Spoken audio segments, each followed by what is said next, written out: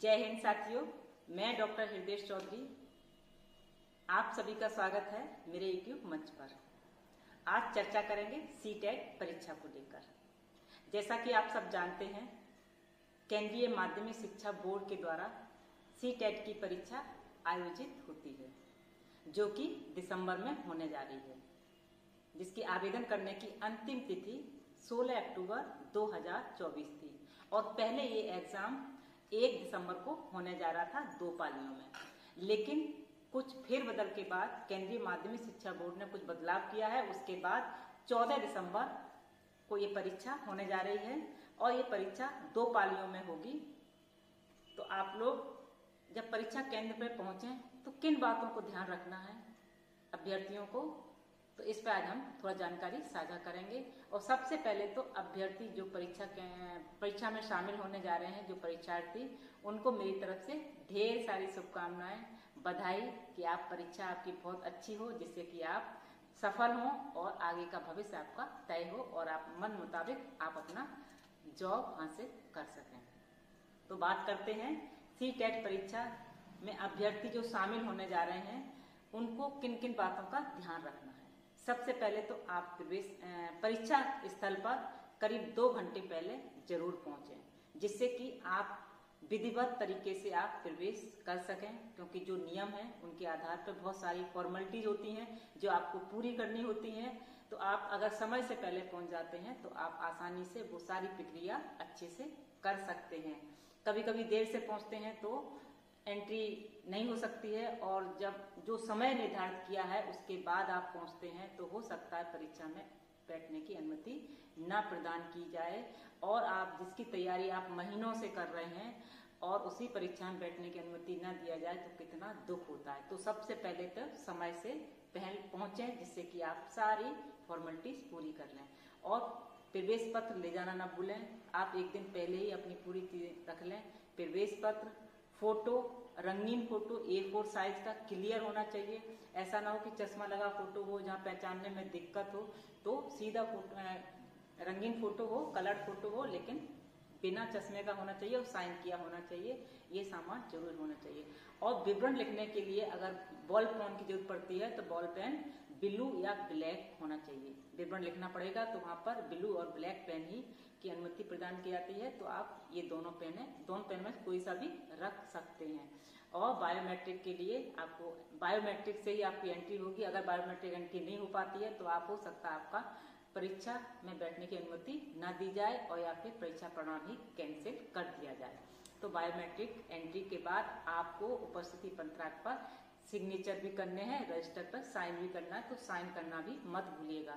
अब ये सारी फॉर्मेलिटी करने के बाद आप अपने परीक्षा रूम में पहुंच रहे हैं। वहां पर भी पत्रांक में भी आपको साइन करने होंगे, और बिना साइन किए हुए आपने अगर परीक्षा क्लास छोड़ दिया आपने करके, तो वो शायद आपकी परीक्षा कैंसिल हो सकती है, रद्द हो सकती है, उसमें कोई कुछ नहीं कर सकता। इसलिए पत्रांक पर साइन किए बिना पेपर नहीं छोड़ना है।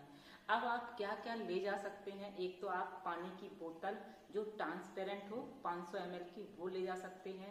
पहचान पत्र ले जा सकते हैं, आधार कार्ड ले जा सकते हैं, फोटो ले जा सकते हैं, बॉल पेन ले जा सकते हैं। और क्या नहीं ले जा सकते हैं उसको हम डिटेल में आपको बताएंगे। ये चीजें आपको ले जाने की अनुमति नहीं मिलेगी। कौन कौन सी वो वस्तुएं हैं।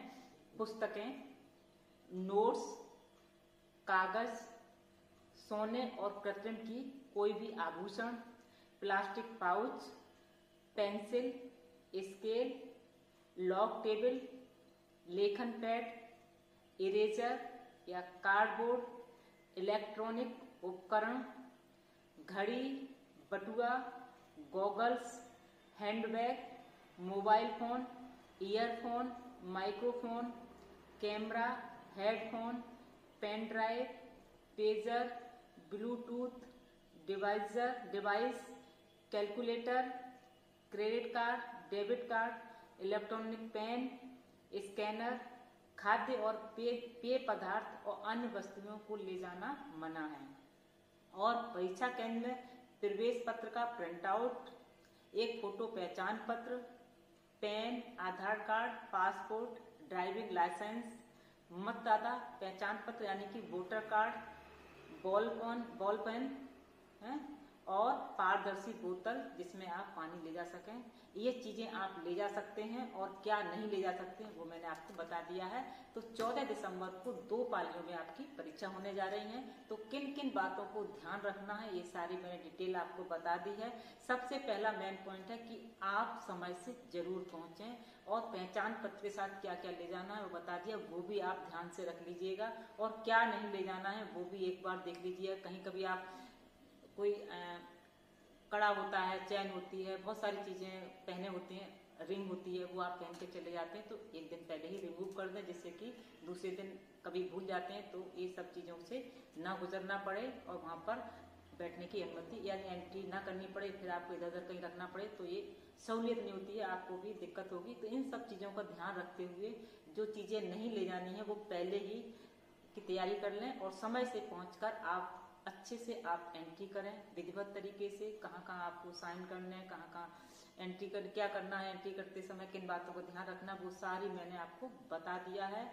अगर आप समय से नहीं पहुंचे, परीक्षा केंद्र स्तर पर गेट बंद हो गया तो आप परीक्षा में शामिल नहीं हो सकते हैं, जिसकी तैयारी के लिए आप कई महीनों से लगे हुए हैं और उसी परीक्षा में बैठने से वंचित रह जाएं तो वास्तव में आप सोच सकते हैं दुख की बात होगी और अफसोस की बात होगी कि परीक्षा में नहीं बैठ सके।